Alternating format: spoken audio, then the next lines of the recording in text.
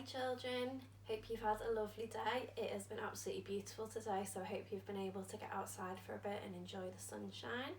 Apologies for yesterday's video. When I finished filming it, I realised that the top of my head was cut off for a lot of it, so hopefully the same thing won't happen today. We're going to carry on with Gangster Granny, and we are up to chapter 19, A Small Explosive Device. So if you remember in yesterday's chapters, Granny had ended up in hospital. She'd had a fall. So Ben was thinking that he was going to have to do the heist of the crown jewels all by himself. So chapter 19, A Small Explosive Device. The next morning, as Mum and Dad went through song after song to select some music for their son's upcoming dance competition, Ben sneaked out of the house and cycled to the hospital. When he finally found Granny's ward, he saw that there was a bespectacled doctor perched on her bed. Nevertheless, he raced over excitedly to see the old lady so he could share the plan with her. The doctor was holding Granny's hand and talking to her slowly and quietly. "Just give us a moment alone, please, Ben," said Granny. "The doctor and I are talking about, lady things." Okay, said Ben. He sloped back to the swing doors and leafed through a sickly-looking copy of Take a Break. The doctor passed him and said, "I'm sorry," before leaving the ward. Sorry, thought Ben. Why is he sorry? As he walked tentatively over to his Granny's bed, Granny was dabbing at her eyes with a tissue, and when she saw Ben approach, she stopped and shoved it back up the sleeve of her nightdress. "Are you okay, Granny?" he asked softly. "Yes, I'm fine. I just have something in my eye." "Then why did the doctor say, 'I'm sorry' to me?" Granny looked flustered for a moment. Well, I imagine he was sorry that he wasted your time in coming here. There was absolutely nothing wrong with me, as it turns out." "Really?" "Yes, the doctor gave me the test results. I'm as fit as a butcher's dog." Ben hadn't heard that expression before, but he imagined it must mean very, very fit. "That's brilliant news, Granny," exclaimed Ben. "Now, I know you said no before." "Is this what I think it is, Ben?" asked Granny. Ben nodded. "I said no 100 times. "Yes, but what, young man?" "I found a weakness in the Tower of London, and I have spent all week working on a plan of how we can steal the jewels. I think we can really do it."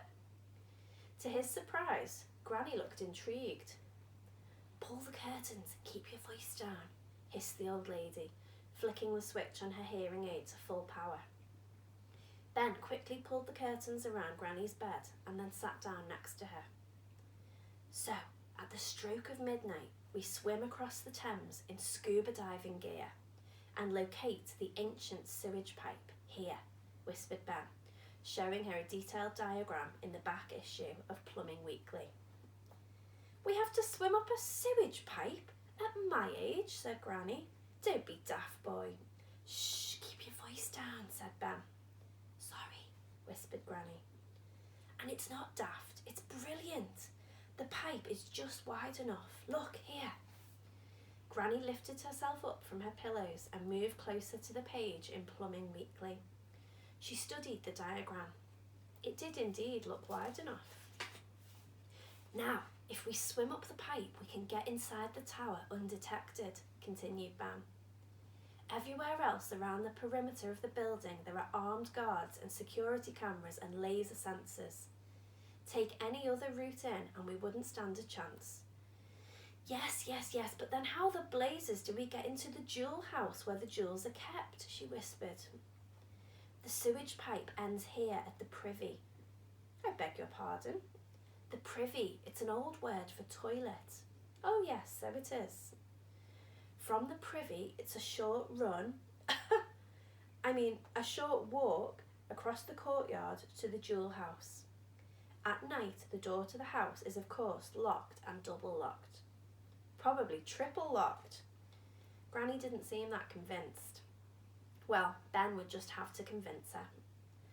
"The door is solid steel, so we'll drill out the locks to open it." the crowns and the sceptres and all that gubbins must surely be kept behind bulletproof glass, Ben, said Granny. Yes, but the glass isn't bomb-proof. We'll set off a small explosive device to shatter the glass. An explosive device? Spluttered Granny. Where on earth are we going to get that from? I swiped a few chemicals from science class, replied Ben with a smirk. I'm pretty sure I can create an explosion big enough to get through that glass. But the guards will hear the explosion, Ben. No. I'm sorry, that's never going to work, exclaimed Granny as quietly as she could. Well, I thought of that, said Ben, momentarily delighted by his own ingenuity. You need to board a train to London earlier that day, posing as a sweet old lady. I am a sweet old lady, protested Granny. You know what I mean, continued Ben with a smile. From the station, you take the number 78 bus all the way to the Tower of London. Then, you give the Beefeater guards chocolate cake with something in it to make them sleep. Oh, I could use my special herbal sleeping tonic, said Granny. Yes, fantastic, said Ben. So the guards eat the chocolate cake, and by night time they'll be fast asleep. Chocolate cake? Protested Granny. Surely the guards would prefer some of my delicious homemade cabbage cake. Ben squirmed. He didn't want to upset Granny, but there was no way anyone would eat a piece of Granny's cabbage cake unless they were intimately related to her. And even then, they would probably spit it out when she wasn't looking. I think chocolate cake from the supermarket would be better. Well, you seem to have thought of everything. I'm very impressed, you know. The idea of using that old pipe is genius. Ben flushed with pride. Thanks. But how do you know about it? They don't teach you that stuff at school, do they? About sewage pipes and that? No, said Ben. It's just, I've always loved plumbing. I remembered the old pipes being in my favourite magazine. He held up Plumbing Weekly. It's my dream to be a plumber one day. He looked down, expecting Granny to tell him off or mock him. Why are you looking at the ground? Asked Granny. Well, I know it's silly and boring to want to be a plumber. I know I should want to do something more interesting. Ben felt his face turn burning red. Granny put a hand on his chin and gently tilted his head up. Nothing you did could ever be silly or boring, Ben, she said. If you want to be a plumber and it's your dream, then no one can take it away from you. Do you understand? All you can do in life is follow your dreams. Otherwise, you're just wasting your time. I guess. I should hope so. Honestly, you say that plumbing is boring, but here you are, planning to steal the crown jewels, for goodness sake, and it's all down to plumbing. Ben smiled. Maybe Granny was right. But I have a question for you, Ben. Yes? How do we escape? A plan like this is no good if you're going to get caught red-handed. I know that, Granny, so I thought we should go out the way we came in, through the sewage pipe, and swim back across the Thames. It's only 50 metres wide, and I've got my 100-metre swimming badge. It'll be a doddle. Granny bit her lip. She obviously wasn't sure that any of this would be a doddle, not least swimming across a fast-flowing river at night. Ben looked at her with hope in his eyes. Well, Granny, are you in? Are you still a gangster? She looked deep in thought for quite a while. Please, pleaded Ben. I've loved hearing all about your adventures and I really want to go on a heist with you. And this will be the ultimate, stealing the crown jewels. You said yourself it was every great thief's dream. Well, Granny, are you in? Granny looked at her grandson's glowing face, and after a while she murmured, yes. Ben leapt from his chair and hugged her. Brilliant! Granny lifted her weak arms and embraced him. It was the first time in years she had really hugged him.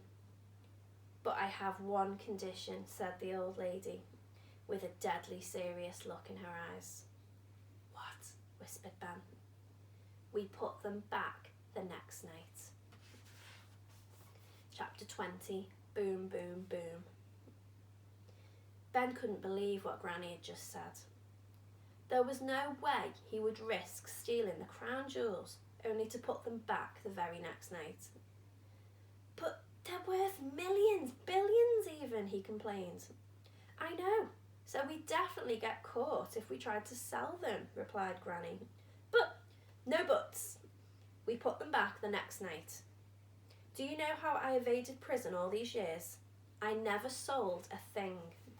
I just did it for the buzz. But you kept them though, said Ben. Even if you didn't sell them, you've got all those jewels in your biscuit tin. Granny blinked. Yes, well, I was young and foolish then, she said. I have learned since that it's wrong to steal. And you need to understand that too. She gave him a fierce look. Ben squirmed. I do, of course I do. It's a brilliant plan that you've put together, Ben. Honestly, it is. But those jewels don't belong to us, do they? No, said Ben. No, they don't. He felt a tiny bit ashamed now that he'd been so horrified at the idea of giving back the jewels. And don't forget that every policeman in the country, maybe even the world, will be looking for the crown jewels. They'll have all of Scotland Yard after us. If we were found with them, we'd be thrown into prison for the rest of our lives. That might not be so long for me, but for you, it could be 70 or 80 years. You're right, said Ben. And the Queen seems like such a nice old dear. We're around the same age, actually. I would hate to upset her. Me too, murmured Ben. He had seen the Queen on the news loads of times, and she seemed like a nice old lady, smiling and waving at everyone from the back of her giant pram. Let's just do it for the thrill. Agreed? Agreed, said Ben. When can we do it? It will have to be a Friday night when Mum and Dad take me to stay at yours. Did the doctor say when you'll be out of hospital? Oh yes, he did. He said I could leave at any time. Fantastic! But we need to do it very soon. How about next Friday? Isn't that too soon? Not at all. Your plan seems very well thought out, Ben. Thank you, said Ben, beaming. It was the first time ever that he'd felt like he'd made a grown-up proud of him. When I go out of here, I'll get on to pinching the equipment we need. Now run along, Ben, and I'll see you next Friday night at the usual time. Ben pulled back the curtain.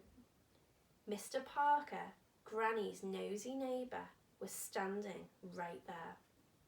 Startled, Ben took a couple of steps back towards the bed and quickly shoved Plumbing Weekly up the back of his jumper. What are you doing here? Asked Ben. Hoping to see me take a bed bath, no doubt, said Granny. Ben chuckled. Mr. Parker scrambled for words. No, Matron, hollered Granny. Wait, said Mr. Parker, panicking. I'm sure I heard one of you talking about the crown jewels. It was too late. The matron, who was an unusually tall lady with very big feet, clomped down the ward at speed. Yes, asked the matron, is something the matter? This man was spying at me through the curtains, said Granny. Were you? Demanded matron, eyeballing Mr. Parker. Well, I heard they were... Why, Mr. Parker? Last week he spied on my granny doing her naked yoga, offered Ben. Matron's face turned puce with horror. Get out of my ward at once, you filthy little swine, she screamed. Humiliated, Mr. Parker backed away from the terrifying matron and scuttled out of the ward. He paused at the swing doors and yelled back to Granny and Ben, You haven't seen the last of me, before rushing out. Please let me know if that man comes back, said matron, her face returning to a more normal shade. I will, replied Granny, before matron returned to her duties.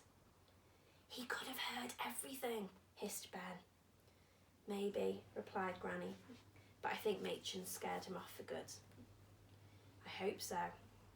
Ben was very worried about this unfortunate development. Do you still want to go through with it? Asked the old lady. Ben had that feeling you have when you're on a roller coaster and it's slowly making its way up the track. You want to get off and you want to stay on. Dread and delight all rolled into one. Yes, he said. Hooray, said Granny, giving Ben a big smile. Ben turned to leave, then turned round. I love you, Granny, he said. And I love you too, little Benny, said Granny with a wink. Ben winced. He had a gangster granny now, and that was great, but he was going to have to teach her to just call him Ben. Ben ran along the corridors, his heart beating incredibly fast. Boom, boom, boom. He was electrified with excitement. This 11-year-old boy, who had never done anything notable in his life, except once been sick on his friend's head on the big wheel at the local fun fair, was going to take part in the most daring robbery the world has ever known. He ran outside the hospital and began fumbling with the keys to unlock his bike from the railing. Then, looking up, he saw something unbelievable. It was his granny. That in itself was not unusual, but this was. Granny was abseiling down the side of the hospital.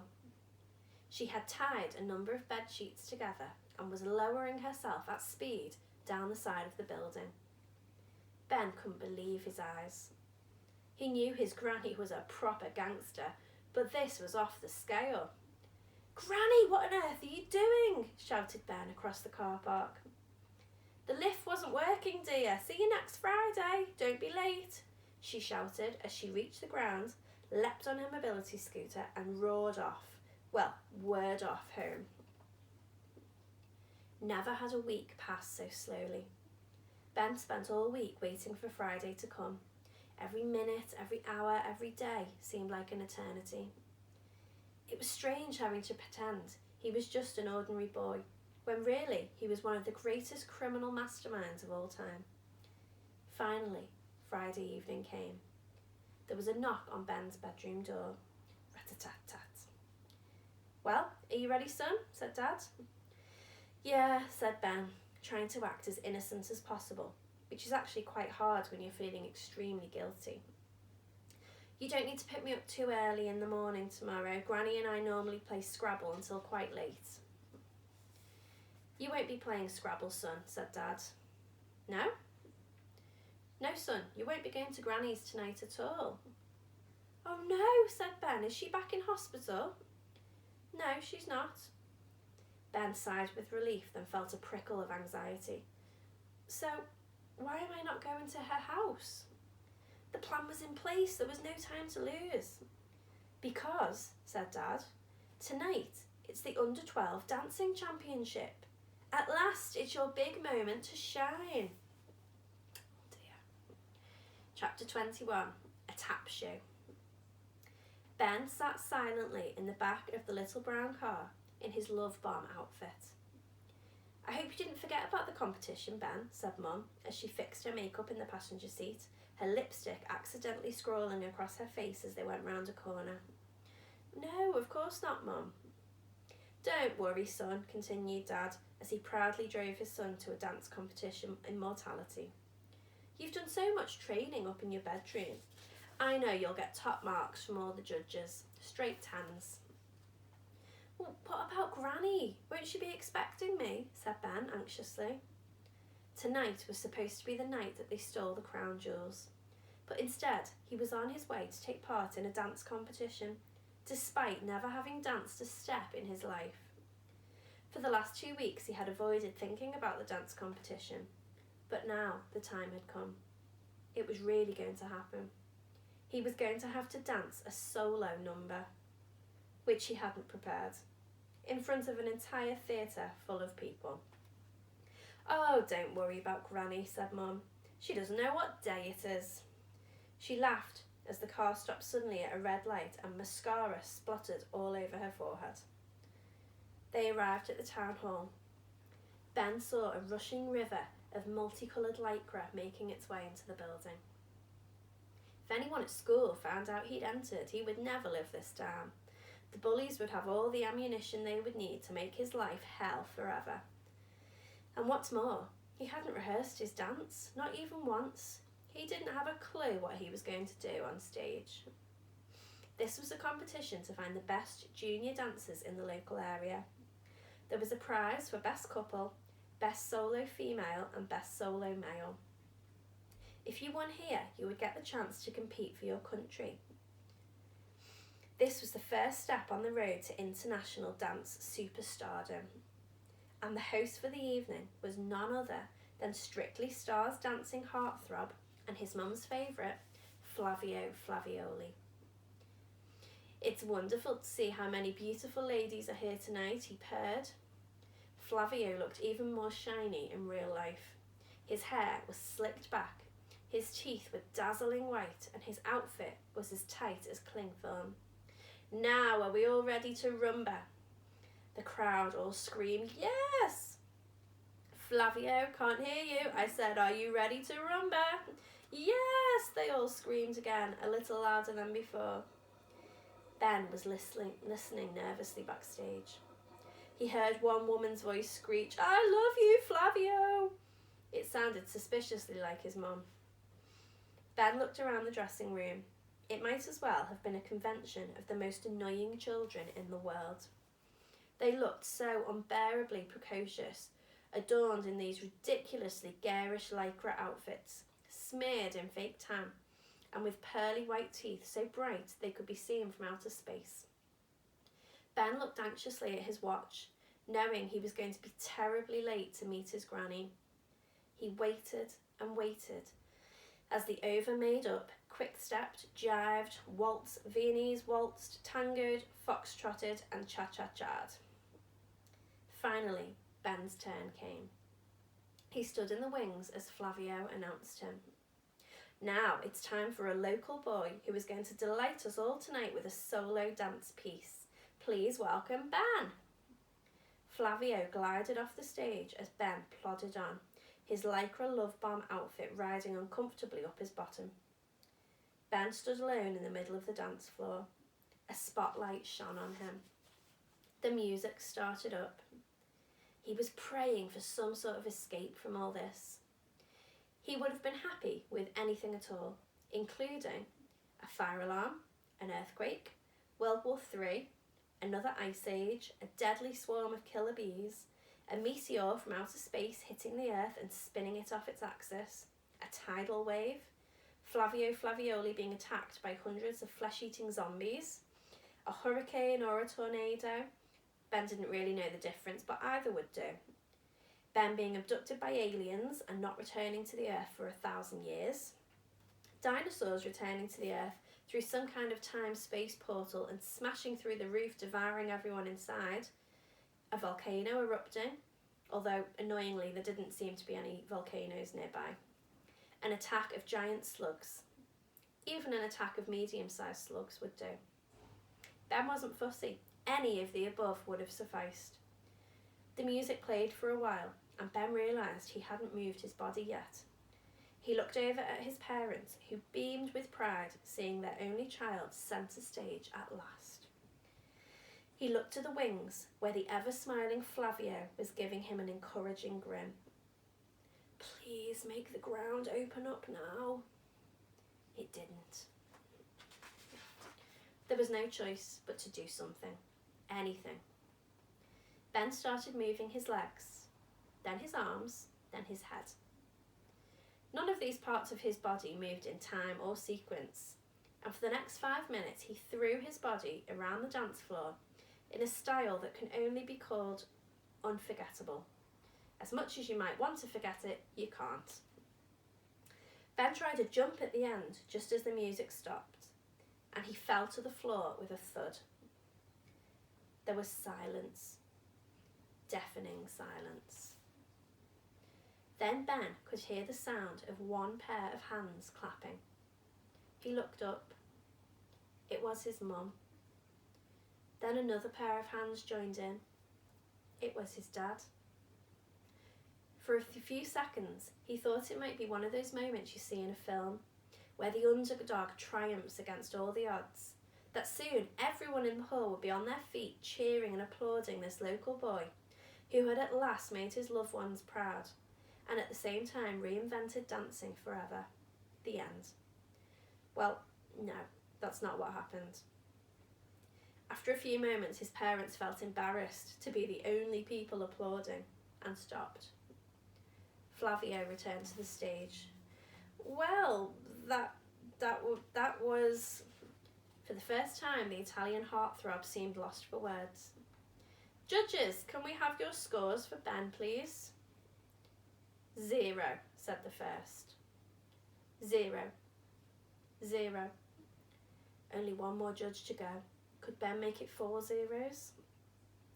But the final judge must have felt sorry for the sweaty little boy in front of her, who had shamed his family for generations with his epic display of talentlessness. She shuffled her scoring paddles under the desk. 1, she announced. There were loud boos and jeers from the audience, so she corrected her score. I'm sorry, I mean 0, she said, holding up her original choice of paddle. Slightly disappointing scores from the judges there, said Flavio, still trying hard to smile. But young Ben, all is not lost. As the only boy who entered the solo male category tonight, you are therefore the winner. May I present you with this solid plastic statuette? Flavio picked up a cheap-looking trophy of a dancing boy and presented it to Ben. Ladies and gentlemen, boys and girls, a round of applause for Ben. There was silence again. Even Mum and Dad didn't dare to clap. Then boos started, and then jeers and catcalls, shouts of shame on you, no, and fix. Flavio's perfect smile began to crack. He leaned down to Ben and whispered in his ear, you better get out of here before you get lynched. At that exact moment, a tap shoe was thrown from the back of the audience. It flew at speed through the air. It was probably aimed at Ben, but instead it hit Flavio right between the eyes and he fell to the ground unconscious. Time to make my excuses and leave, thought Ben. Chapter 22, Lycra Lynch Mob. An angry mob of ballroom dancing enthusiasts chased the little brown car down the street. Looking out of the back window, Ben thought that this would perhaps be the only time in history a lynch mob was dressed entirely in lycra. Dad put his foot down on the accelerator, vroom, and they turned a corner and lost them. Thank goodness I was there to give Flavio the kiss of life, said Mum from the front seat. He was just unconscious, he hadn't stopped breathing, Mum, said Ben from the back. You can't be too careful, said Mum, reapplying her lipstick. Most of it was now smeared over Flavio's face and neck. Your performance was, in a word, dreadful and embarrassing, pronounced Dad. That's 2 words, corrected Ben with a chuckle. 3 if you count the and. Don't get funny with me, snapped Dad. This is no laughing matter. I was ashamed of you. Ashamed. Yes, ashamed, grumbled Mum in agreement. Ben felt like he would give anything to disappear. He would give all of his past and all of his future, just so he didn't have to be sitting in the back seat of his Mum and Dad's car right now. I'm sorry, Mum, said Ben. I wanted to make you proud, I really do. It was true. Making his parents ashamed, well, that was absolutely the last thing he wanted. However stupid he thought they were sometimes. Well, you have a funny way of showing it, said Mum. I just don't like dancing, that's all. That's not the point. Your mother spent hours making your costume, said Dad. It's strange how parents always refer to each other as mother or father rather than Mum or Dad when you're in trouble. You made no effort up there on that stage whatsoever, Dad continued. I don't think you'd even rehearsed once, not once. Me and your mother worked night and day to give you the opportunities we never had, and this is how you treat us. With contempt, said Mum. Contempt, echoed Dad. A single tear ran down Ben's cheek. He caught it with his tongue. It tasted bitter. The 3 sat in silence as the car rumbled home. No words were spoken as they got out of the car and went into the house. As soon as Dad opened the front door, Ben bounded up to his room and slammed the door. He sat on his bed, still in his love bomb outfit. Ben had never felt more alone. He was hours late to meet Granny. Not only had he let down his mum and dad, he had let down the one person he had grown to love more than anyone, his Granny. They were never going to steal the crown jewels now. Just at that moment, there was a quiet tap on his window. It was Granny.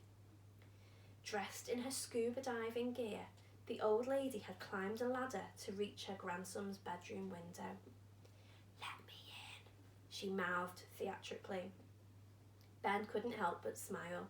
He opened the window and hauled the old lady inside, like a fisherman might haul a particularly big fish onto his boat. "You're very late," admonished Granny as Ben helped her over to the bed. "I know, I'm sorry," said Ben. "We said 7 o'clock. It's 10:30. The sleeping tonic I gave the guards at the tower will be wearing off soon." "I'm really sorry, it's a long story," said Ben. Granny sat on Ben's bed and looked him up and down. "Why are you dressed like a demented Valentine's card?" she demanded. "As I said, it's a long story." It was a bit rich for Granny to criticise what he had on, considering she was dressed in a wetsuit and a scuba diving mask, but there wasn't time to get into that now. "Quick, boy, put on this wetsuit and follow me down the ladder. I'll start up the mobility scooter." "Are we really going to steal the crown jewels, Granny?"